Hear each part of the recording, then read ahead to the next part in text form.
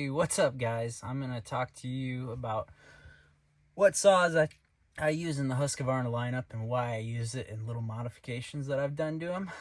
Hopefully this will shed some light on why I use each saw and what situations I use it in. And because I get a bunch of questions about why I run certain saws and why I don't have steel and so on and so forth. So I'm going to break it down from the climbing saws with the battery saw. There's one saw missing in the lineup, but I'll talk about that. So I'm going to just go through and start with the battery saw first. Alright, so this is the T540 XP. This is the newest battery saw that Husqvarna's come out with. The one big change that they've done to it is they've added a clutch.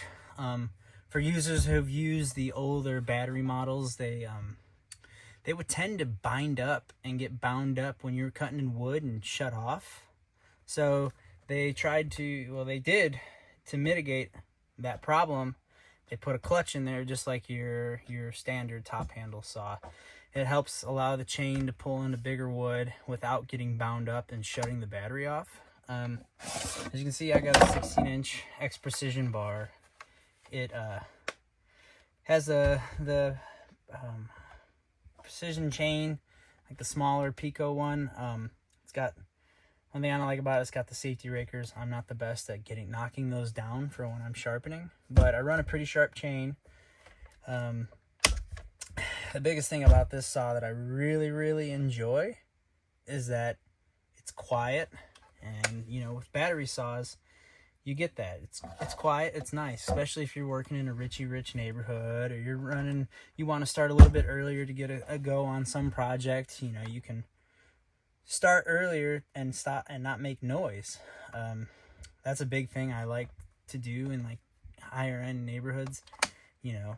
And I also don't really like a lot of noise on job sites. When I'm cutting, I like loud saws, you know. I like loud big saws in the woods when it echoes.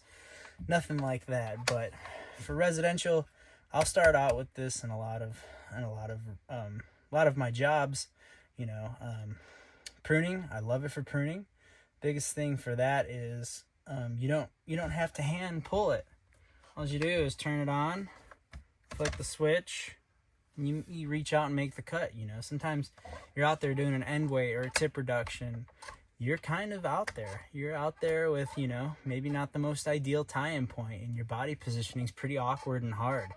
What's the last thing you want to do is pull start a saw and then have to do all that. This is just the touch of the button, and boom, you can go make that cut, and then you can stow it easily on your saddle with what Husky always does. You got your tool strap or your lanyard clip, and then you have the hook for your Cara tool or your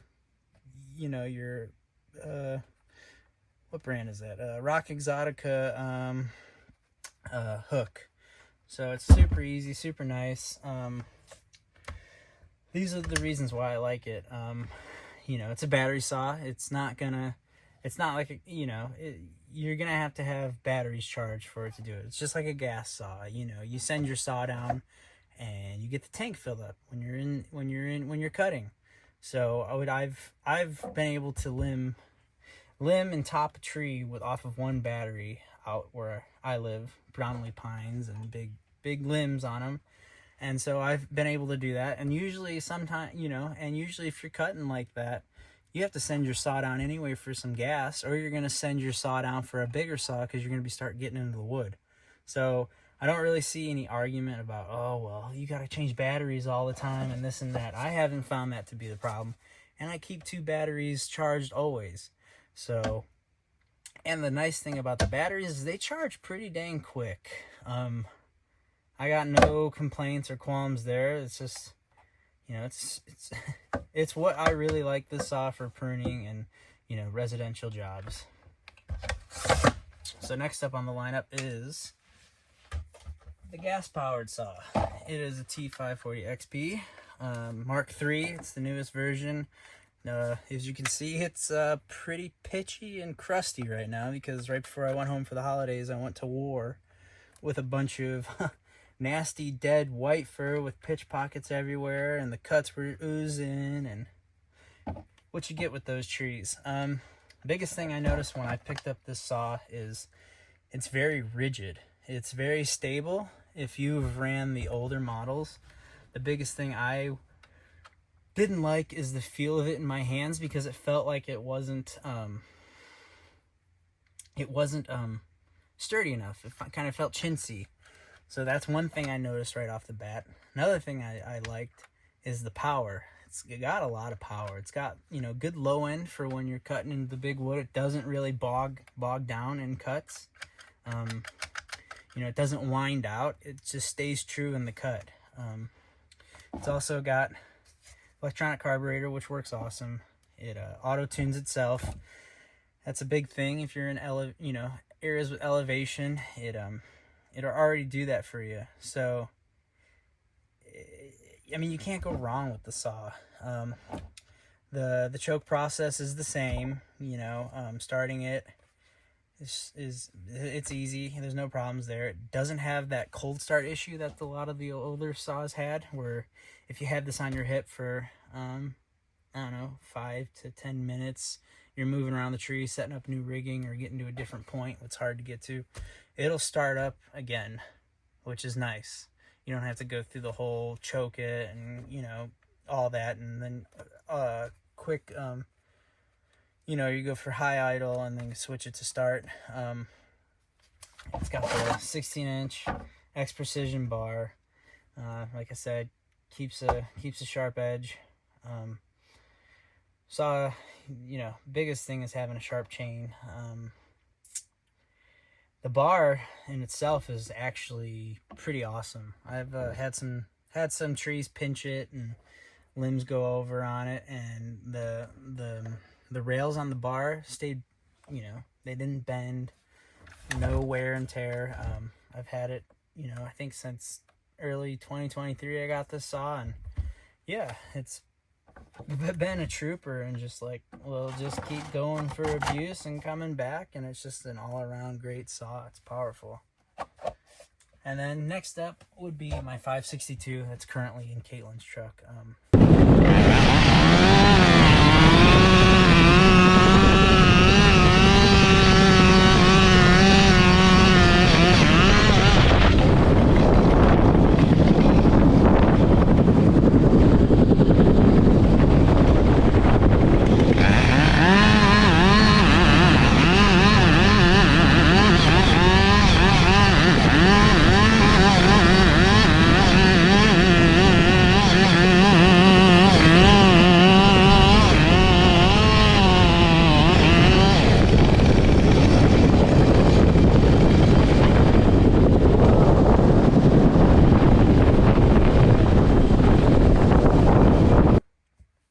More my small medium saw. I like to use that for after I just got done using that saw in the tree. I like that to start chunking the wood down. You know, when I was younger, I didn't care. I'd, you know, hey, send me up a 661 and be overbarred and all the weight. But as I'm getting older and wiser, I'll ask for the 562. It's already got good dogs on it. It's impressive. It'll pull a 28-inch bar really, really well. That's what I run on it, just because the wood's a bit bigger where I live, and I like to have that bar length. Air filter's really good. Doesn't really trap that much stuff in it. You know, tap it out every job, but you'll be surprised, because won't be as dirty as other saws will be. I haven't ran it with a 24-inch bar, or, you know, the smaller bars, only a 28, and I've been super impressed with it. So that's my kind of wood saw in the tree. I wish I had it right now to show you, but you can look it up. It's a neat little saw. And then next up would be the 572. All right, so now we got the 572. It's a 71cc saw. It was my workhorse for last year. Yeah, it's a impressive little saw. It's got great stumping power. It can pull a 36. It's what I ran on it for a lot of the year last year. I felt it kind of set the balance a little weird. So a 32 is probably the most optimal size you can get. It's got good stumping power. You know, you can cut some big trees with a 32-inch bar. Yeah, it went through its paces last year. Big thing I want to show is I have not stock exhaust on it. The biggest thing about cutting, production cutting or cutting on a fire, is you want to help expel that hot gas, hot fumes out of the saw, especially if you're cutting a hot tree, because what you're doing is you're sucking in all that heat from that tree, and so you want to get all of that hot air and gas and fumes out as quick as you can. So with these bigger openings, you can achieve that, and so your saw won't sputter out or blubber or anything like that. Haven't had any problems with the auto tune. Auto tune's perfect right out of the gate. I got the full wrap. I also have bigger dogs. Yes, I broke one. Didn't have that lower bolt attachment through both of them, and I dogged this in on a stump, and it snapped. So my stupidity. I run the West Coast saws. You know, you don't have to run these, but if anyone is gonna have this saw or any bigger saws for felling or just working in some big wood, I'd say invest in bigger dogs. It'll save your energy, and it'll help you draw out your cuts, and they also act as a place marker for when you're cutting. They're just all around really good. Yeah, the bigger dogs, they make your job in life easier. They have multiple brands, and you can also get the G version, I believe, from Husqvarna. It'll come with bigger dogs, or you can order them from your dealer or whatnot. And I'd say those bigger dogs would help out with people on hardwood trees, you know, smoother bark, but still want to be able to dog in properly and have these do the work for you. But for me, predominantly, it's cedar fir, and ponderosa where I live. So the bark sticks out a lot more than a smoother hardwood. So you want these things to really bite into the wood and stay into the wood, and it'll help you draw that lower lip or your gunning cuts or whatever. It's just, it's all around just a positive. When I teach or do classes or whatever, I tell people, you know, you got the saw, you know how to use the saw, but now let's make the saw work for you instead of you working hard with the saw. So I say invest in bigger dogs. That's pretty much it. It's got the full wrap. It's a bit dirty. Like I said, she's been ran hard this last year and didn't let me down at all. Now we're going to go into the big one, the 592. My favorite saw of the 5 Series line. Got, you know, electronic carburetor, auto tune. I run a 36-inch bar on it. I predominantly used to cut with a 32 because thought, you know, yeah, I can cut the biggest trees with a 32-inch bar. What do you need, you know? As one of my mentors say, 32, son. But yeah, I found when I was out cutting on the coast over the years that 36-inch bar is where it's at for cutting in fairy rings or clumps of trees or reaching that far side on steep ground, where you got to have a perfect hinge in the redwoods. And then for bucking, that, you know, that extra length will help keep you out of danger. Bucking is the hardest part of the job and the money-making part of the job. So you want your bucks clean, and you want to be able to be out of the danger zone. If you've ever bucked on steep ground or precarious areas or on top of boulders or whatever bucking situation you get in, you know, that extra bit of room can help with your feet placement and help, you know, put yourself in for success if that log tends to kick, or, you know, helps put you in a better work position or out of harm's way. So I don't mind cutting with a 36-inch bar. You know, a lot of people say that this saw is pretty heavy, but I mean, it's a powerful saw. It's got that Husqvarna low-end stumping power, which is, you know, what they're known for, and it's awesome. It won't slow down in trees. It's yeah, it's my favorite saw.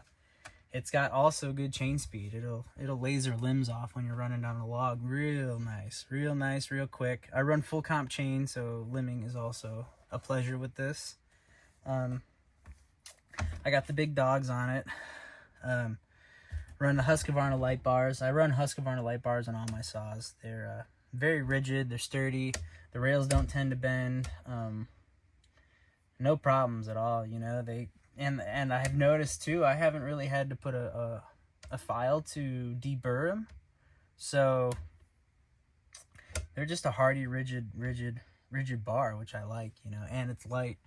You know, I'm not the best cutter, so sometimes you do get into some things. You pinch the bar, you have a tree sit back, you know, whatever, or you knife one off. If you knife one off, or, you know, whatever, things get squirrely in the woods sometimes, you know, no matter how dialed of a cutter you try to be, shit happens. But yeah, so the 36-inch light bar, no problems. It's been really rigid. Don't see myself really wanting to cut with any other bars. I used to run Canon light bars and all that, but they're pretty dang expensive. And so another thing that I have done is, I was talking about exhaust and getting that hot gas out, is I have added a port, and then that bigger port in the back, I dremeled that out a bit more, just to help get some of that hot exhaust out of there. Like I said, with hot trees, or if you're out cutting all day, you want to get all that hot air out of the saw, hot exhaust. So those are the mods and what I've done to my saws, and this is my go-to moneymaker. People say it's heavy, but whatever. You got a powerful saw, you know, it won't let you down. It'll pull through anything you want to cut, and you know, you could eat that extra burrito at night. You could eat that extra food if you've been working your butt off. So that's the skinny on why I run these saws. I'm not trying to sell them to you or anything like that. I'm just giving you my honest opinion, because I've gotten a lot of questions about why I run certain saws and why the 5 series and whatnot. The biggest thing for me is running the 5 series is the electronic carburetor. I cut at a lot of different elevations all the time, and I'm not the best with, you know, having that little screwdriver and do your high and low and your you know, I forgot what that other one is, but your idle. You know, I don't want to blow my saw up. I don't want to have to make it fat or too rich or lean or all that, or have to call my buddy who I have to tell him what elevation I'm at and cutting and all that. And I don't have the ear method like a lot of people do, which I wish I did. I just don't want to blow my saws up. So that's why the 5 series is the go-to for me. They sound good. They run really good. They're just all around awesome saws. They won't let you down.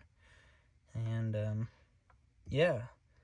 If you have any more questions, or want me to do another video on some certain things, or touch more on something, just shoot me a comment and subscribe and share this. I don't know. Maybe people like it. Maybe it'll help change to, if you're not impressed with other saw manufacturers and you want to try something different. Can't go wrong with the Husqvarna 5 series. So, well, thanks for watching my video, and we'll see you later.